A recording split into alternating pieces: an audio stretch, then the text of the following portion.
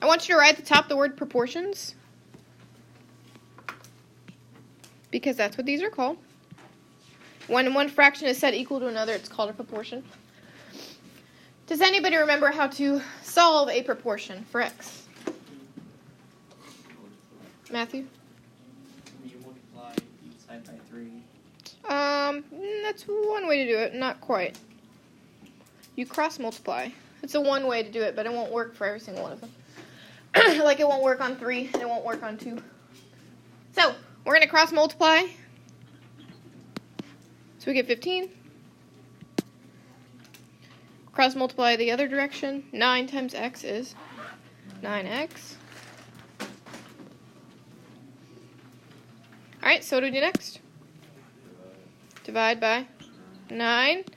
You will not be able to simplify this with your calculator. You need to reduce and leave it as a fraction. So what's 15 over 9 both divisible by? 3.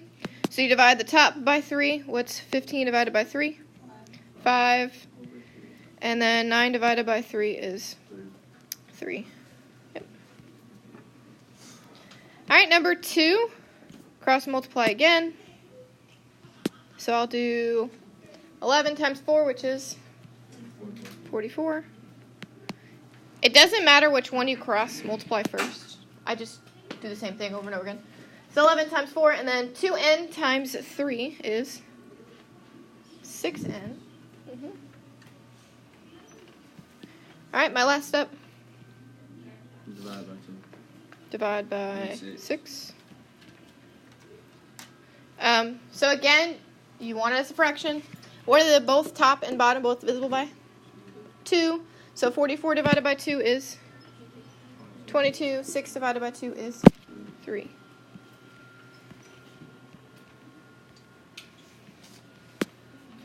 All right, and then the last.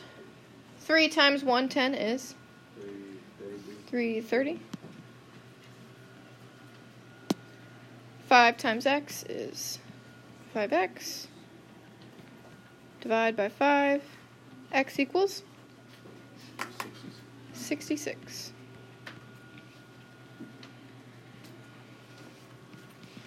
So we're going to be doing a lot of proportions today.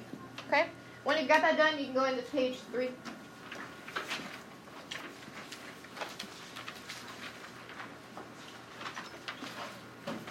Were you not here on Friday? I thought that you. Oh, that's right. You talked to me. I remember. All right, so this is a review over what we did Friday. It says in the diagram, triangle RST, and then what does that squiggle mean? Is similar to triangle XYZ. So whenever you have similar figures, I defined it as they're the same shape, but what did I know about their size? Proportional in size. So proportional in size. So you can hopefully tell these two triangles are not the same. They're not congruent, right? 20 is not the same length as 12. 30 is not the same length as 18, and so on. So first thing we're going to do is find the scale factor from triangle RST to XYZ. Is my figure getting bigger or smaller? It's getting smaller. So what do I know about my scale factor? It's going to be less than 1. Your scale factor is the number you multiply by all of the sides to get new side lengths. So pick a side off of RST. 20. 20 times the scale factor, which I'm going to call x because I don't know the scale factor, will give me what side length on my new triangle? 12. All right, so then what do I do next? Divide by 20. So then my scale factor, we're going to reduce. What's 12 and 20 both divisible by? 4. How many times does 4 go into 12? 3. And how many times does 3/5? So the scale factor is 3/5. I'm going to write that on the side. It's 3/5. Do you know what you're... All right, letter B. List all pairs of congruent angles. So I don't even want to look at this picture. I'm just going to look at the statement up here. It's just easier. What is angle R going to be congruent with? Angle X.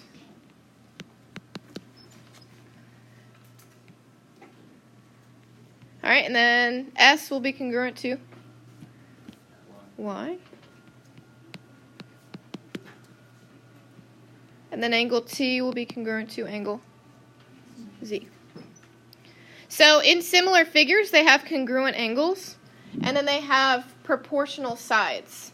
So the last one asks, write the ratios of the corresponding side lengths in a statement of proportionality. Let's start with any side you want.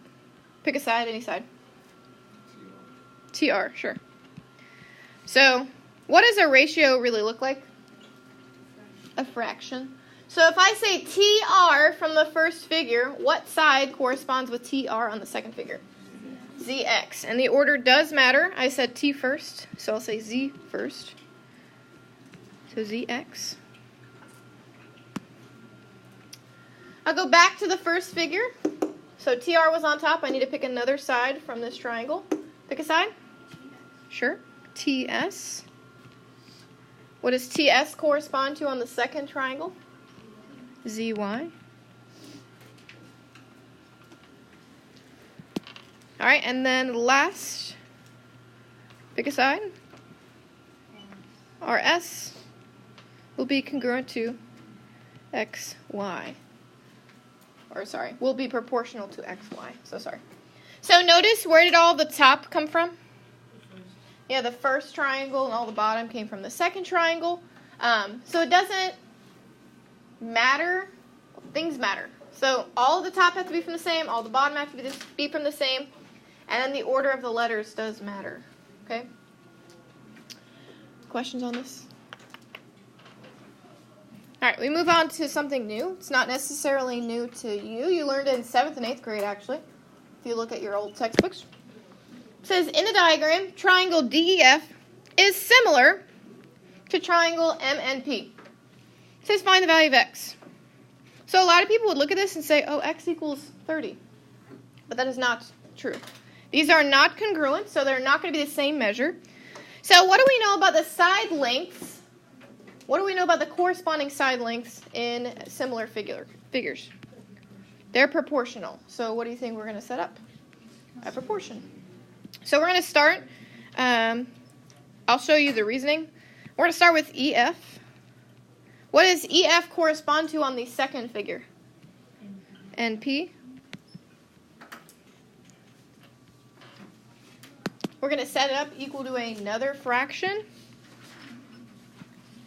So because I took from my top triangle first, I need to do that again for my second fraction. So what do we want to put in the top? Doesn't really matter. Which one? Pick a side. One. You said what? DF? Sure. So if I picked DF from my first figure, then what would I pick on the second? MP. So here's what we're going to do. We're going to fill in the lengths. What's the length of EF? X. What's the length of NP? 30. So all I'm doing is plugging in the lengths. EF, NP. What's the length of DF? 20. And then the length of MP is 24. So again, notice the top, X and 20, both came from the same triangle. 30 and 24 came from the same triangle. Okay. So once we have a fraction set equal to a fraction, how can we solve? Yeah, we can cross multiply. So we got 24x. What's 30 times 20? 600. Good. Last step, divide by 24. What does x equal? 25.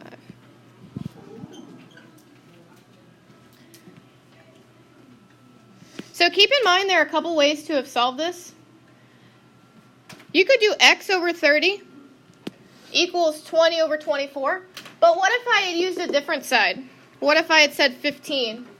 What would my fraction look like now? 15 over 18. Okay?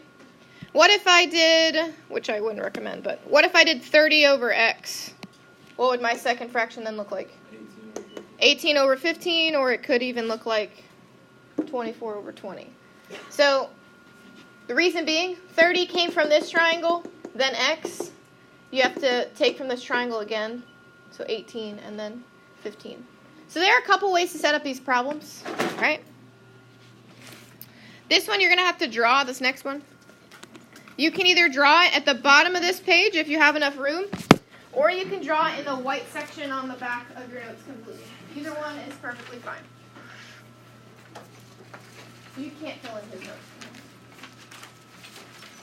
So either the white section or at the bottom of this very page. So you're drawing them.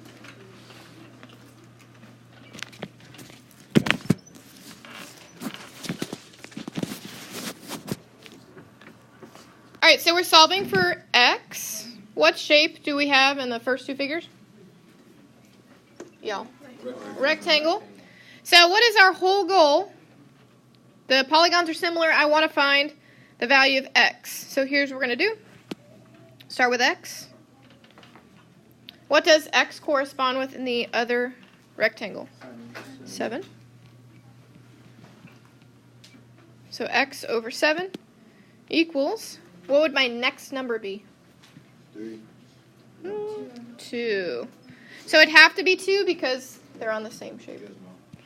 And then 2 over 3. All right, so then we just cross multiply. X times 3 is 3x. 7 times 2, 14. Divide by 3. You're going to leave this as a fraction. Here's why that's preferable. Does anybody know what 14 over 3 is as a decimal? It's repeating, yeah. So to make it as exact, we're just going to leave it like this. Okay? The next one is super important if that you drew the arcs. If you didn't, please draw them in, or you will not really know why you did what you did. We want to solve for x, right? X is sitting between the 3 arced angle and the 1. So what does x correspond with on the other figure? 25, I agree.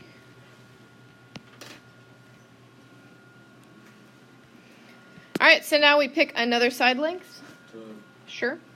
12 is sitting between the 3 arcs and 2 arcs. 30.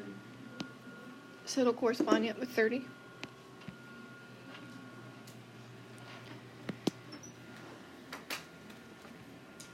Cross multiply, we get 30x. What's 12 times 25? Is it 300? Yeah. Divide by 30. And what does x equal? 10.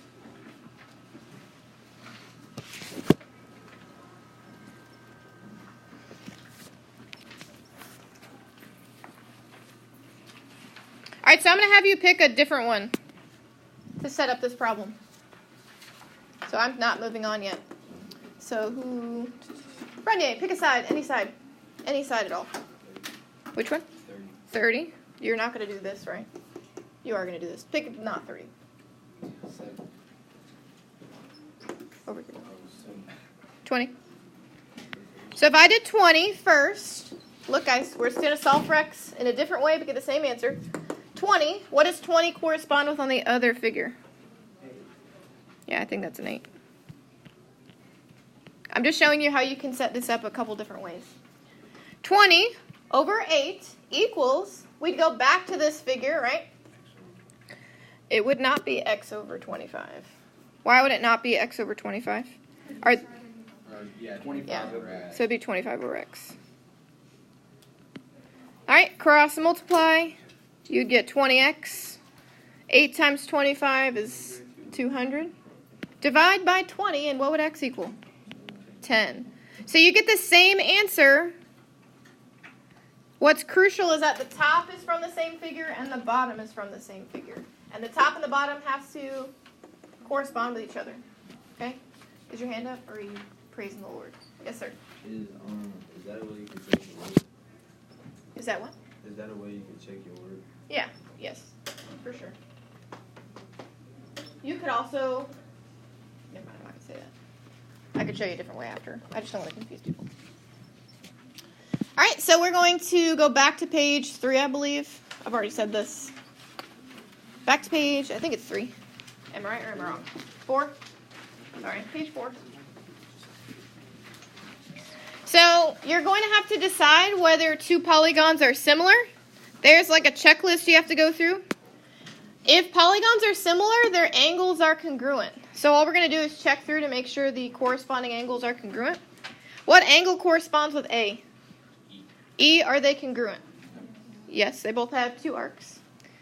What angle corresponds with B? F, are they congruent? Yes. What about G and C?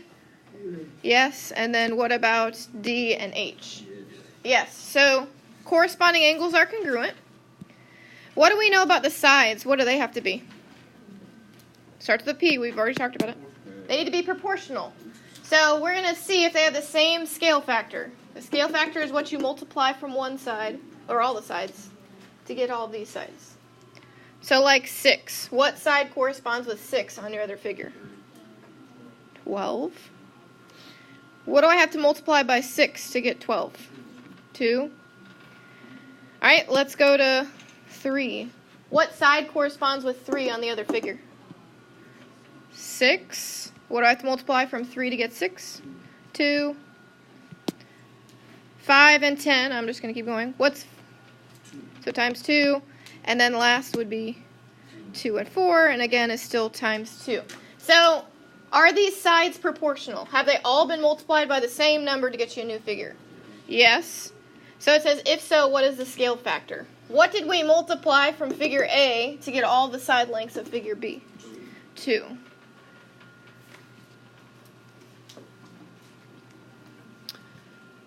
What if I ask the scale factor from B to A? So the opposite. It would be a half. Because 12 times 1/2 is 6. 6 times a half is 3. So on. This last thing you're going to highlight. Because again, it's not hard, but if you don't know what it's asking for, it will be difficult for you. Complete the similarity statement. So you are going to highlight, and I will wait for you to highlight. It says CBD, CBAD. What does this squiggle mean? Is similar. Okay, so we do the same order we've always done. C, what does C correspond to? G.